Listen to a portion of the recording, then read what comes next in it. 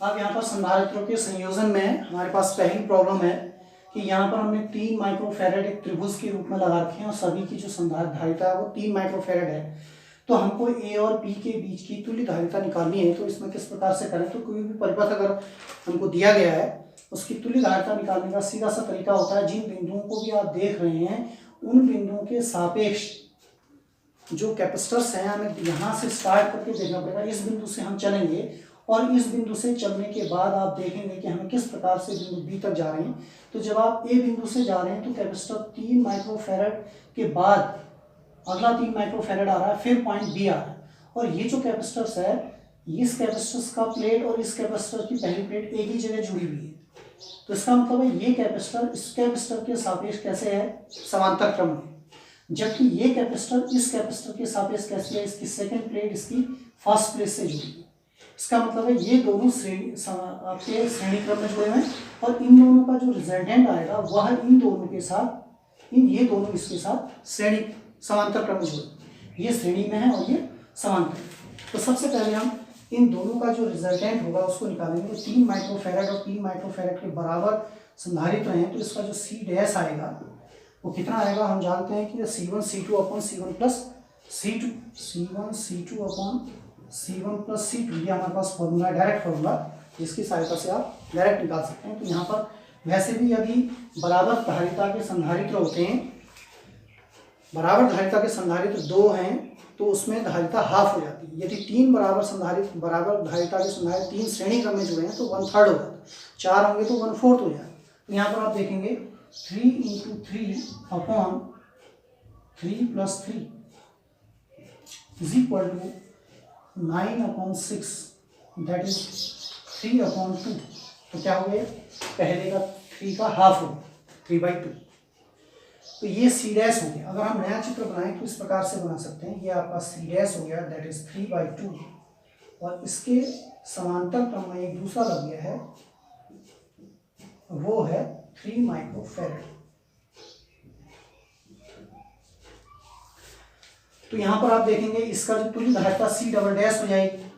वो कैसे निकलेगी, क्योंकि दोनों समांतर क्रम है, तो समांतर क्रम में जो तुल्य धारिता होती है वो हम दोनों को सिंपली ऐड कर देते हैं। तो सी डबल डैश आ जाएगा 3/2 माइक्रोफैरड प्लस 3 माइक्रोफैरड। अगर हम इन दोनों को जोड़ेंगे तो that is 9/2 microfarad, that is 4.5 microfarad. ये आंसर आपका आ जाएगा। तो इस तरीके से अगर इस प्रकार का कोई हमारे पास कॉम्बिनेशन है तो उसका जो रिजल्टेंट जो कैपेसिटी आएगी वो आएगी 4.5 माइक्रोफैरड। तो इसी प्रकार हमारे पास अलग अलग कैपेसिटी के कैपेसिटर्स हैं जो इस ढंग से जुड़े हुए हैं। तो इस चित्र को अगर हम ध्यान से देखें तो ये वाला जो हमारा चित्र है, इसमें आप देखेंगे इसकी जो हमारी पहली प्लेट है ये इसकी पहली प्लेट के साथ जुड़ा हुआ है, और इसकी जो दूसरी प्लेट है वो हमारे इसकी दूसरी प्लेट के साथ जुड़ा हुआ है, 6 माइक्रोफैरड की दूसरी प्लेट के साथ जुड़ा हुआ है। अर्थात हम इसको इस प्रकार से जोड़ सकते हैं,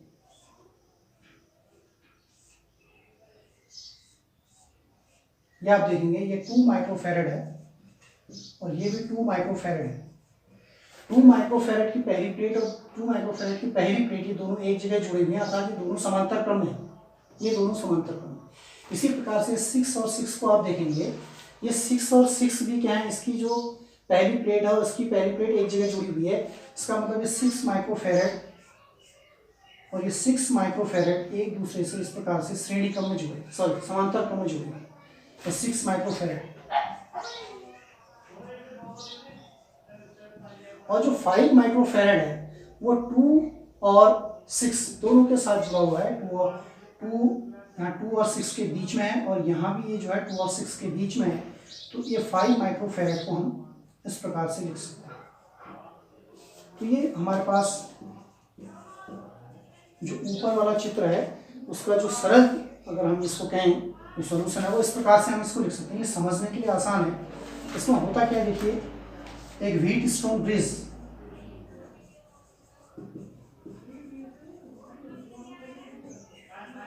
ये व्हीट स्टोन ब्रिज बनाता है जिसको हम आगे पढ़ेंगे।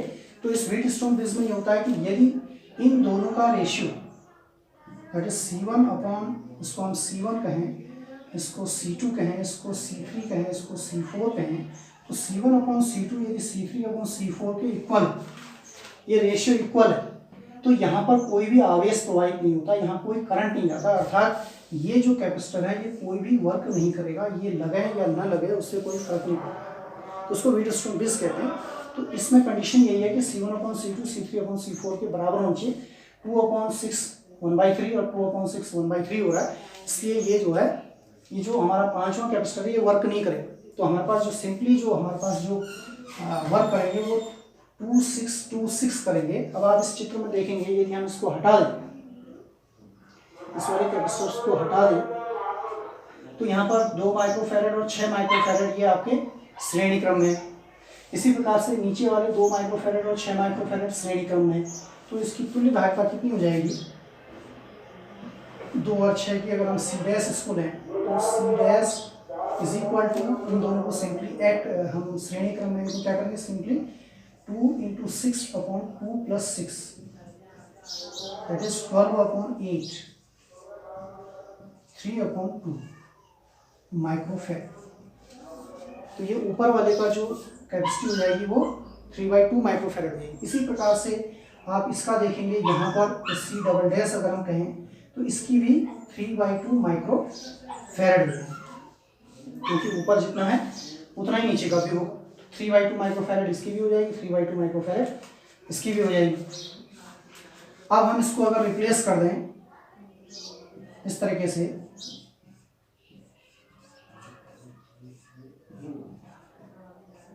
इसका जो शॉर्ट चित्र हो जाएगा वो ऐसा हो जाएगा, that is C dash and that is C double dash. तो C डैश और C डबल डैश जो कि एक दूसरे के समांतर क्रम में जुड़े हुए हैं, इसका जो तुल्य प्रतिरोध होगा, तुल्य जो धारिता होगी C, that is C dash plus C double dash. C dash और C डबल डैश के द्वारा हम इसको निकाल सकते हैं, और वो कितनी हो जाएगी, इनको हम सिंपली ऐड कर देंगे, 3/2 + 3/2 दैट इज 3 माइक्रोफैरड। तो इस प्रकार से इसकी जो तुल्य धारिता हमारी हो जा रही है वो 3 माइक्रोफैरड हो जा रही है। तो इसमें हम ध्यान देंगे कि C1/C2 = C3/C4 चार्ज हमारे पास डिस्ट्रीब्यूट नहीं होता है, जब बल्कि वोल्टेज डिस्ट्रीब्यूट होता है V1 और V2 के, और जो टोटल जो V है वो हम V1 + V2, या हम जानते हैं कि ये इन दोनों के योग के बराबर होगा।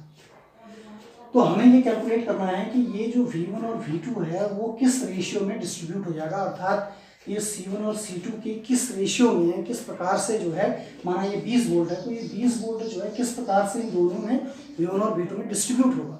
तो उसके लिए अगर आप प्रोसेस करें अलग अलग तरीके से, तो आप देखेंगे पूरा कैलकुलेट करने के बाद, मैं पूरा कैलकुलेट नहीं कर रहा हूँ, आपको रिजल्ट बता रहा हूँ। तो जो V1 है ये C2/C1 + C2 × V, इस रेशियो में आपके पास V1 डायरेक्ट कैलकुलेट कर सकते हैं। अगर आपको C1 C2 दे रखे हैं, टोटल वोल्टेज दे रखी है, तो इस वाले में कितनी वोल्टेज हो जाएगी और इस वाले में कितनी वोल्टेज हो जाएगी, ये आप यहाँ से कैलकुलेट कर सकते हैं। That is V1 = C2/C1 C2 × V। इसी प्रकार से V2 = अगर V2 निकालना चाहें तो यहाँ की कैपेसिटी आएगी C1/C1 + C2 × V। तो इस प्रकार से जो वोल्टेज का डिस्ट्रीब्यूशन होता है इस प्रकार से होता है, इसको आप कैलकुलेट करके पूरा डिराइव करके भी निकाल सकते हैं कैसे आता है। इसी प्रकार से यदि हम दो संधारित्रों को इस प्रकार से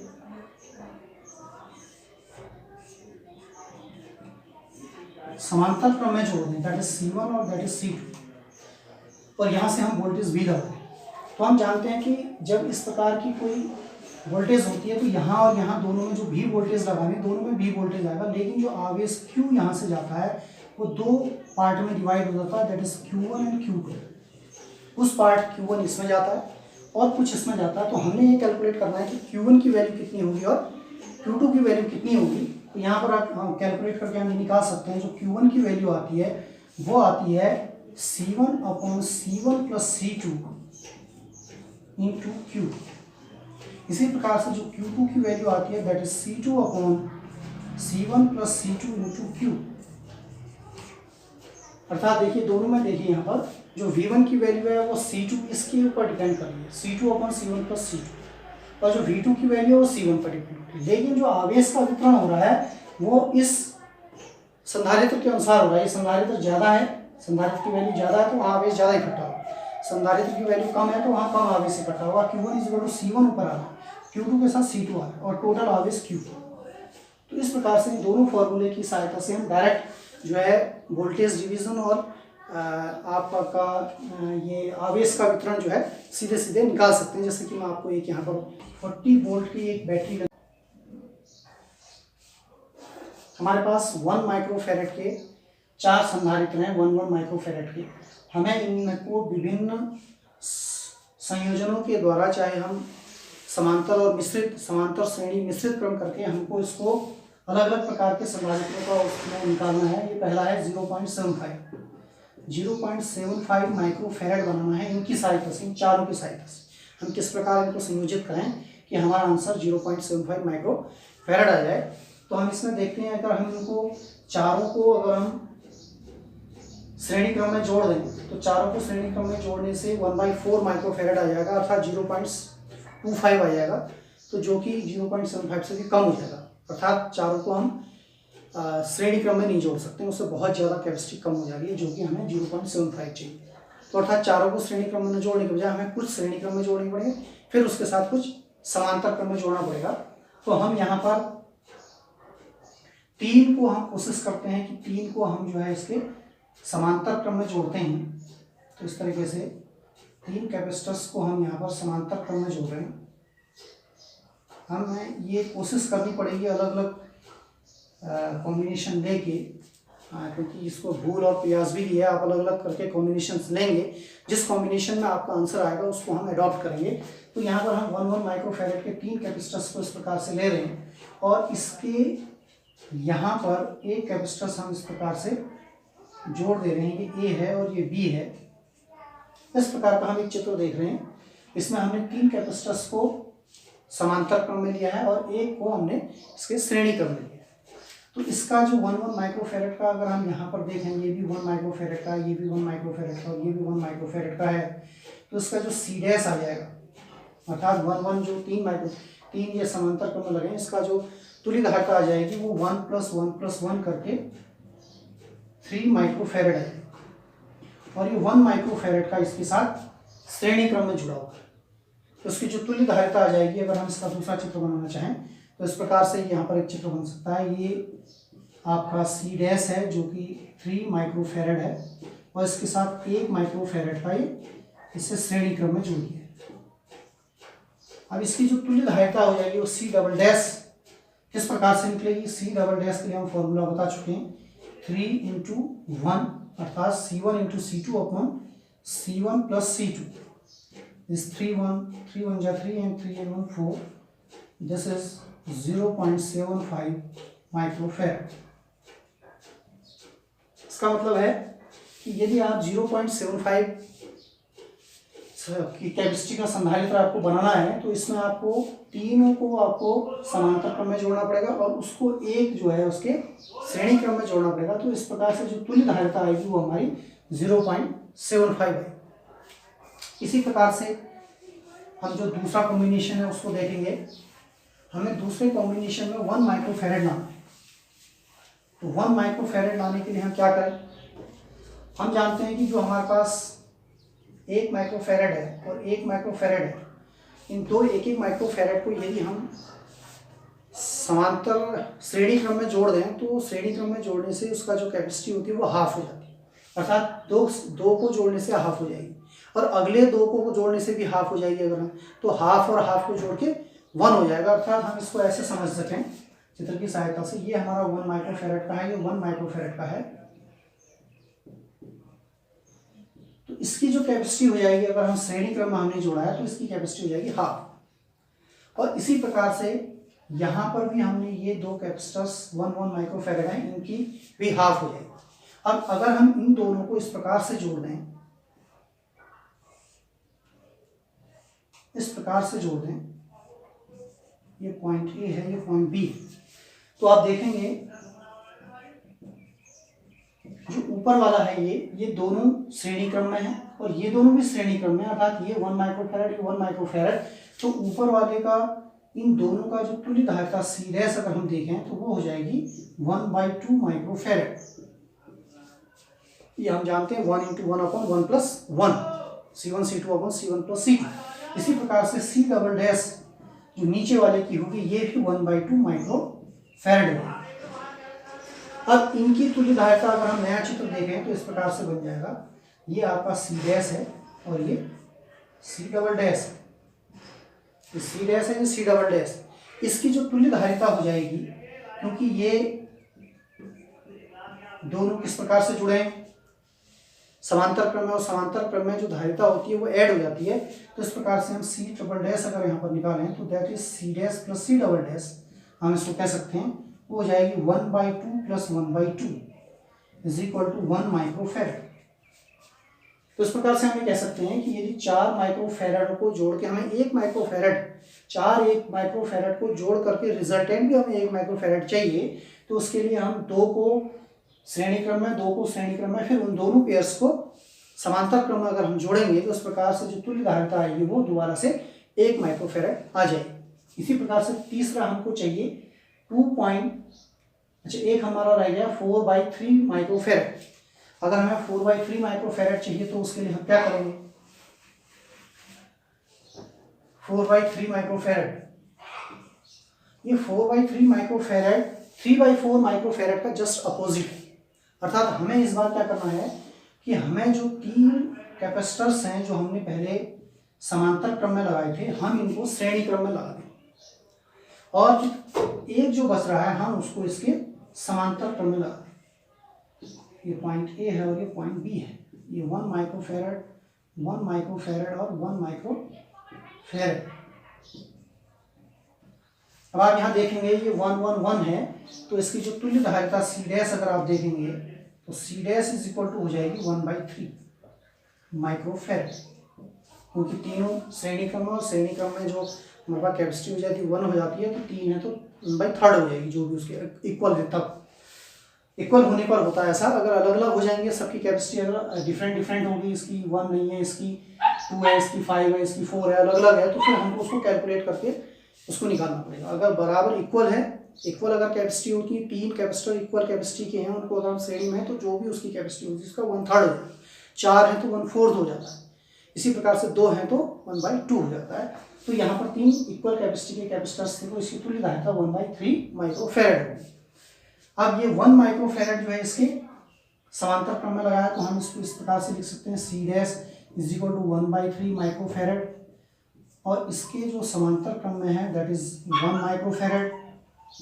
तो आपका जो C डबल डैश हो जाएगा वो जस्ट हम इनको ऐड कर देंगे, क्योंकि श्रेणी क्रम में हम क्या करते हैं, समांतर क्रम में सॉरी, हम इनको क्या करते हैं, ऐड कर देते हैं। तो 1/3 + 1 अगर हम करेंगे तो दैट इज 4/3 माइक्रोफेरेड।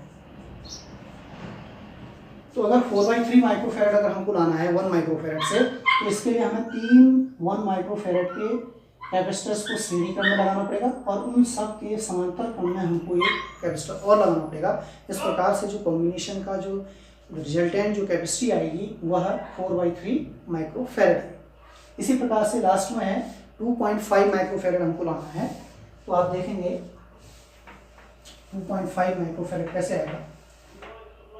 देखिए हमको 2.5 माइक्रोफेरेड बनाना है, तो 2.5 माइक्रोफेरेड बनाने के लिए 2 कंप्लीट है और ये हाफ फिर करना है, तो 2.5 है। 2 बनाने के लिए हमको 2 कैपेसिटर्स को ऐसे करके हम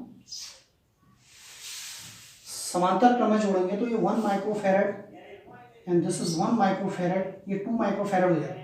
इस 2 माइक्रोफेरेड में यदि हाफ हम जोड़ें, तो हाफ जोड़ने के लिए हमें क्या करना पड़ेगा, ये 1 माइक्रोफेरेड और 1 माइक्रोफेरेड को इस प्रकार से जोड़ेंगे, तो ये 1 माइक्रोफेरेड है और ये 1 माइक्रोफेरेड है। 1 माइक्रोफेरेड 1 माइक्रोफेरेड, 2 को अगर हम श्रेणी क्रम में जोड़ें तो इसका जो रिजल्टेंट हो जाएगा वो हाफ माइक्रोफेरेड हो जाएगा, और ये 1 माइक्रोफेरेड और 1 माइक्रोफेरेड, तो टोटल हो जाएगा 2.5 माइक्रोफेरेड। इसको इस प्रकार से हम लिख सकते हैं। तो यहाँ पर आप देख सकते हैं, इसकी जगह हम लिख सकते हैं C डैश अगर हम करेंगे तो दैट इज 1/2 माइक्रोफेरेड। तो C डैश जो है 1/2 माइक्रोफेरेड हो जाएगा इसकी जगह। अगर हम इसका नया चित्र बनाएंगे तो इस प्रकार से देख सकते हैं आप, इसमें हमारे पास 3 कैपेसिटर्स लगे हुए हैं, इस प्रकार से, जो कि ये 1 माइक्रोफेरेड का है, ये भी 1 माइक्रोफेरेड का है और ये हाफ माइक्रोफेरेड का है। और ये तीन के तीन हमारे पास समांतर क्रम में जुड़े हैं और समांतर क्रम में जस्ट हम इनको जोड़ देते हैं तो जो रिजल्टेंट C डबल डैश आएगा तो 1 आएगा, 1 + 1 + 1/2, इसको जोड़ेंगे तो that is 5/2, this is 2.5 microfarad. तो इस प्रकार से हमारे पास ये 2.5 माइक्रोफेरेड का आ जाएगा। तो कहने का मतलब ये है कि आप अलग अलग किसी एक कैपेसिटर्स की सहायता से हम विभिन्न डिफरेंट टाइप के अलग अलग जो कैपेसिटी है उसको हम जो सर्किट के आधार पर जो रिक्वायरमेंट होती है हम उसको अलग अलग कॉम्बिनेशन की सहायता से बना सकते हैं।